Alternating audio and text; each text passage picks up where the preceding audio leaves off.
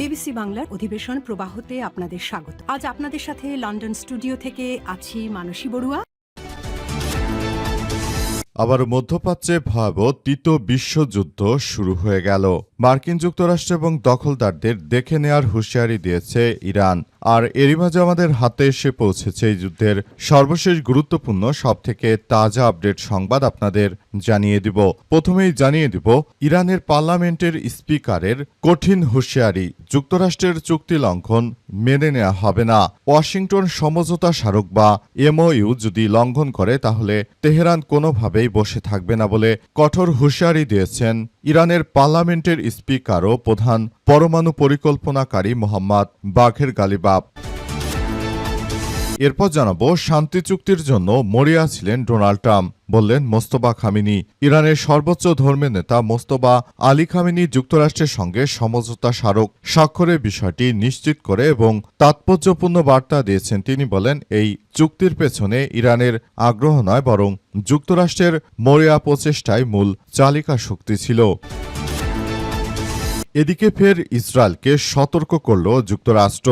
সমঝোতা স্মারকের অংশ হিসেবে লেবানন সংক্রান্ত শর্ত মেনে চলতে ইসরায়েলকে কঠোর বার্তা দিয়েছে যুক্তরাষ্ট্র। ওয়াশিংটন থেকে আল জাজিরা সাংবাদিক মাইক হানা জানিয়েছে যে মার্কিন ভাইস প্রেসিডেন্ট জেডি ভ্যান্স এ বিষয়ে ইসরায়েলকে খুবই কঠোর বার্তায় সতর্ক দিয়েছে। এবারে জানাবো নতুন সমীকরণে লাভবান ইরান, উদ্বিগ্ন প্রতিদ্বন্দ্বীরা। যুক্তরাষ্ট্র এবং ইরানের মধ্যে হওয়া নতুন সমঝোতা মধ্যপ্রাচ্যের ভূরাজনীতিতে বড় পরিবর্তনের ইঙ্গিতের আভাস পাওয়া যাচ্ছে। ১৯৭৯ সালে ইসলামী বিপ্লবের পর এই প্রথম কোনো মার্কিন ও ইরানি প্রেসিডেন্টের মধ্যে আনুষ্ঠানিক চুক্তি হয়েছে। সমর্থকদের কাছে এটি শতাব্দীর সেরা চুক্তি হিসেবে বিবেচিত হলেও ইসরায়েল এবং উপসাগরীয় দেশগুলোর কাছে এটি উদ্বেগের কারণ হয়ে দাঁড়িয়েছে। এবং সর্বশেষ জানাবো আইনশৃঙ্খলা অবনতির উদ্বেগ বাড়ছে জনমনে। মাদক বিস্তার, কিশোর গ্যাংয়ের উৎপাত, সরকারি দলে অভ্যন্তরীণ বিরোধ, খুনোখুনি, একের পর এক নৃশংস হত্যাকাণ্ড, ধর্ষণ, ডাকাতি, ছিনতাই সহ প্রকাশ্যে কোপাকুপি, রাতে অপহরণ, বহুবিধ সমস্যা আসলে বাংলাদেশে বিএনপি আসার পরই ব্যাপক আকারে বেড়ে গেছে। এতে জনমনে আসলে তীব্র আক্ষেপের সৃষ্টি হয়েছে। প্রিয় দর্শক, এতক্ষণ শুনছিলেন সংবাদ শিরোনাম, এবারে বিস্তারিত। তবে তার আগে বন্ধুরা অনুরোধ থাকবে এই সংবাদটিতে একটি লাইক দিন।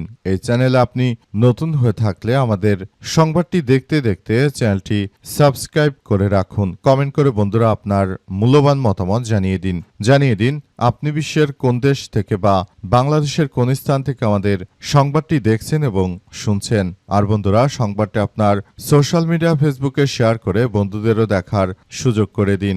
আজকের এই সংবাদ সম্পর্কে আপনার মূল্যবান মতামত কমেন্ট বক্সে কমেন্ট করে জানিয়ে দিতে পারেন। আর গাজা যুদ্ধে নিরীহ ফিলিস্তিনিদের ভালোবেসে থাকলে বন্ধুরা কমেন্টে ইয়েস লিখে পুরো বিশ্ববাসীকে আমাদের এই তাজা আপডেটটি দেখার সুযোগ করে দিন। এবারে বিস্তারিত।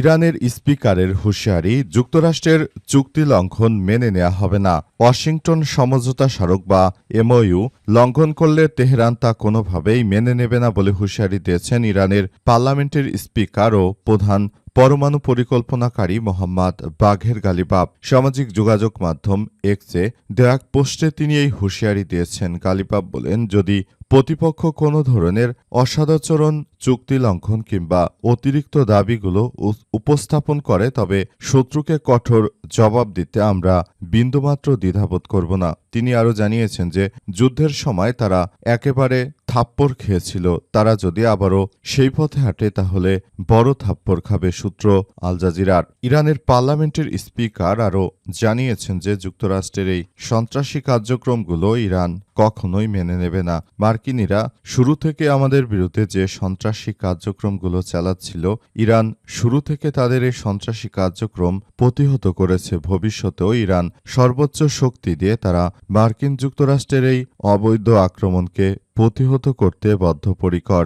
যুক্তরাষ্ট্রের প্রেসিডেন্ট ডোনাল্ড ট্রাম্প তিনি প্রতিশ্রুতি যদি বারবার লঙ্ঘন করে এর জন্য তাকে অবশ্যই দায় নিতে হবে বলে কঠোর হুঁশিয়ারি দিয়েছেন ইরানের পার্লামেন্টের স্পিকার বাঘের গালিবাফ। আজ সামাজিক যোগাযোগ মাধ্যমে তিনি এই সতর্কবার্তা দেন। এ সময় তিনি মার্কিন যুক্তরাষ্ট্রের এই সন্ত্রাসী কার্যক্রমগুলোকে বন্ধ করার জন্য উদাত্ত আহ্বান জানিয়েছেন। তিনি বলেন, যুক্তরাষ্ট্রের এই ধরনের অন্যায় কার্যক্রমগুলো কখনোই মেনে নেওয়া হবে না। যুক্তরাষ্ট্র যদি মনে করে থাকে তারা ইরানের বিরুদ্ধে আবারও আক্রমণ করবে, সেটি তাদের জন্য হবে ইতিহাসের সবথেকে বড় ভুল।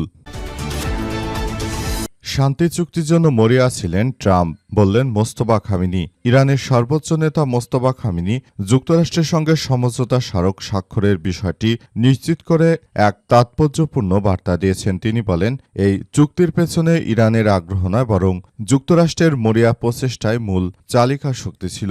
মোস্তফা খামেনি আরও বলেন যে সমঝোতা স্মারকের এই পর্যায়ে পৌঁছাতে ইরানি কর্মকর্তারা আন্তরিকভাবে সঙ্গে কাজ করেছেন, তবে শান্তি চুক্তি সম্পন্ন করার জন্য সবচেয়ে বেশি চাপ ও তৎপরতা দেখিয়েছে মার্কিন পক্ষ। খামেনির ভাষায় এই চুক্তি বাস্তবায়নের জন্য মার্কিন প্রেসিডেন্টটি মরিয়া হয়ে সব ধরনের প্রভাব, চাপ এবং কৌশল ব্যবহার করেছে। তিনি স্বীকার করেছেন যে ব্যক্তিগতভাবে এই চুক্তি নিয়ে তার কিছু আপত্তি ছিল। তিনি বলেন, নীতিগতভাবে আমার অবস্থান ভিন্ন ছিল, তবে ইরানের প্রেসিডেন্ট দেশটির জনগণ এবং রেজিস্ট্যান্স ফ্রন্টের অধিকার রক্ষার অঙ্গীকার করায় তিনি শেষ পর্যন্ত বিষয়টিতে অনুমোদন দিয়েছেন। মোস্তফা খামেনি আরও জানিয়েছেন যে চুক্তির বাইরে যুক্তরাষ্ট্র যদি অতিরিক্ত দাবি চাপিয়ে দিতে চায় তাহলে ইরান তা কখনোই মেনে নেবে না। তিনি স্পষ্টভাবে বলেছেন যে আমেরিকার পক্ষ থেকে যদি অতিরিক্ত দাবি উপস্থাপন করা হয়, সঙ্গে সঙ্গে এই চুক্তিকে আমরা ছুঁড়ে ফেলে দেব। আমাদের এমন কোনো চুক্তির প্রয়োজন নেই যে চুক্তিতে ইরানের স্বার্থ সংরক্ষিত থাকবে না। এমন কোনো চুক্তি আমরা কখনোই মেনে নেব না বলে জানিয়েছেন মোস্তফা খামেনি। তিনি আরও জানান, যুক্তরাষ্ট্রের প্রেসিডেন্ট ট্রাম্প শুরু থেকে ইরানের বিরুদ্ধে সন্ত্রাসী কার্যক্রমগুলো চালিয়ে শেষ পর্যন্ত তারা যদি আবার এই ধরনের মিথ্যাচার করতে শুরু করে তাহলে সেটি কিন্তু আমাদের কোনোভাবেই মেনে নেবার কথা নয়। আমাদের বিপ্লবী গার্ড বাহিনীর সদস্যরা নিজের দেশের জন্য জীবন দেবে, তারপরও যুক্তরাষ্ট্রের কাছে তারা আত্মসমর্পণ করবে না। ফের ইসরায়েলকে সতর্ক করল যুক্তরাষ্ট্র।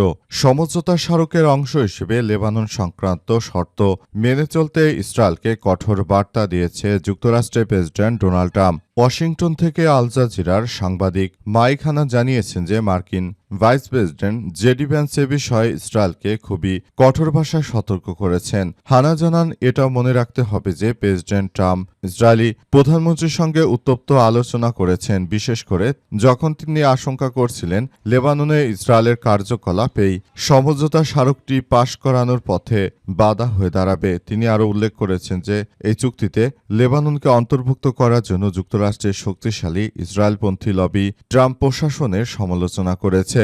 হানা আরও জানিয়েছেন যে প্রেসিডেন্ট ট্রাম্প আগে ইঙ্গিত দিয়েছিলেন যে লেবানন একটি আলাদা বিষয়, কিন্তু সমঝোতা স্মারকে আমরা খুব স্পষ্টভাবে দেখতে পাচ্ছি যে এটি সমঝোতার একটি বড় অংশ এবং ইসরায়েলকে অবশ্যই লেবাননে কোনো কার্যকলাপ না চালানোর পরামর্শ দেয়া হয়েছে। আল জাজিরার এই সাংবাদিক আরও জানিয়েছেন যে অবস্থায় যুক্তরাষ্ট্রের কংগ্রেসের বহু ইসরায়েল সমর্থক সদস্যদের মধ্যে প্রশ্ন এবং অসন্তোষ তৈরি করেছে। তবে ট্রাম্প প্রশাসন এই আলোচনার জবাব দিয়ে নিজেদের অবস্থান আরও অনড় করেছে। সুতরাং এখন ইসরায়েল চাইলেই ইরানের বুকে দ্বিতীয় ধাপে যে আক্রমণ চালাবে সেটির পথ পুরোপুরি রুদ্ধ করে দিল যুক্তরাষ্ট্রের প্রেসিডেন্ট ডোনাল্ড ট্রাম্প। তিনি নিজে স্পষ্ট ভাষায় জানিয়েছেন যে এই চুক্তির পেছনে লেবাননে যুদ্ধবিরতির বিষয়টিও রয়েছে, সেহেতু ইসরায়েল চাইলে লেবাননে আক্রমণ চালাতে পারবে না। লেবাননে আক্রমণ চালালে যুদ্ধবিরতি যদি ভেঙে যায় এর জন্য সম্পূর্ণ দায় ইসরায়েলকেই নিতে হবে বলে আবারও সতর্কবার্তা দিয়েছেন যুক্তরাষ্ট্রের প্রেসিডেন্ট ডোনাল্ড ট্রাম্প।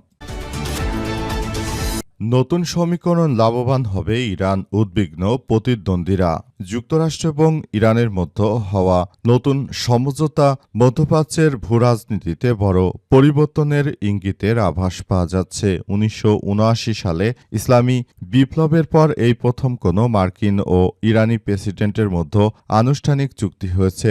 সমর্থনের কাছে এটি শতাব্দীর সেরা চুক্তি হিসেবে বিবেচিত হলেও ইসরায়েল ও উপসাগরীয় দেশগুলোর কাছে এটি উদ্বেগের কারণ হয়ে দাঁড়িয়েছে। আজ মার্কিন প্রেসিডেন্ট ডোনাল্ড ট্রাম্প ইরানের প্রেসিডেন্ট মাসুদ পেজেশকিয়ানের সঙ্গে অন্তর্বর্তীকালীন চুক্তির স্বাক্ষরের পর এমন বিষয়টি সামনে আসে, যার মাধ্যমে ৩ মাসের যুদ্ধের অবসান ঘটে। G7 সম্মেলনের ফাঁকে ফ্রান্সের ভাষায় চুক্তিটি আনুষ্ঠানিকভাবে সম্পন্ন হয়। রয়টার্সের প্রতিবেদনে বলা হয়েছে যে ১৪ দফায় সমঝোতার আওতায় ৬০ দিনের জন্য যুদ্ধবিরতি বাড়ানো হয়েছে, যার মধ্যে লেবাননও অন্তর্ভুক্ত। এ সময় মধ্যস্থায়ী সমাধানের লক্ষ্যে আলোচনা চলবে এবং ইরানের পারমাণবিক কর্মসূচি সহ বিভিন্ন বিষয় নিয়ে আলোচনা করা হবে। লেবাননের বিশ্লেষক শারকিস নাওমের মতে ওয়াশিংটন এবং তেহরানের জন্য এটি একটি বড় সমঝোতা, যার সফল হওয়ার সম্ভাবনা বেশি। নিষেধাজ্ঞার চাপে ইরান আর অর্থনৈতিক সংকটে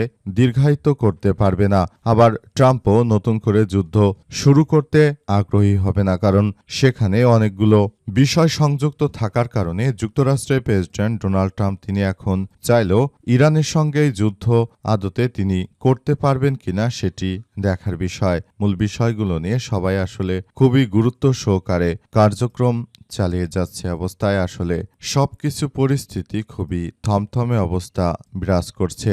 যুক্তরাষ্ট্র মূলত নিজের স্বার্থ হাসিল করতে চাইলেও ইরানের বিপ্লবী গার্ড বাহিনীর সদস্যদের ক্রমাগত আক্রমণের ফলে ইরান মূল জায়গা থেকে আসলে বেরিয়ে আসতে চেয়েছিল, কিন্তু শেষ পর্যন্ত ট্রাম্পের অনুরোধে যুদ্ধবিরতি কার্যকর হওয়ার পর নতুন করে বিষয়গুলো সামনে এসেছে। যুক্তরাষ্ট্রের প্রেসিডেন্ট ট্রাম্প তিনি শুরু থেকে যে ধরনের কার্যক্রমগুলো চালাচ্ছিলেন সেগুলো প্রতিহত করে দিয়েছে ইরানের বিপ্লবী গার্ড বাহিনীর সদস্যরা।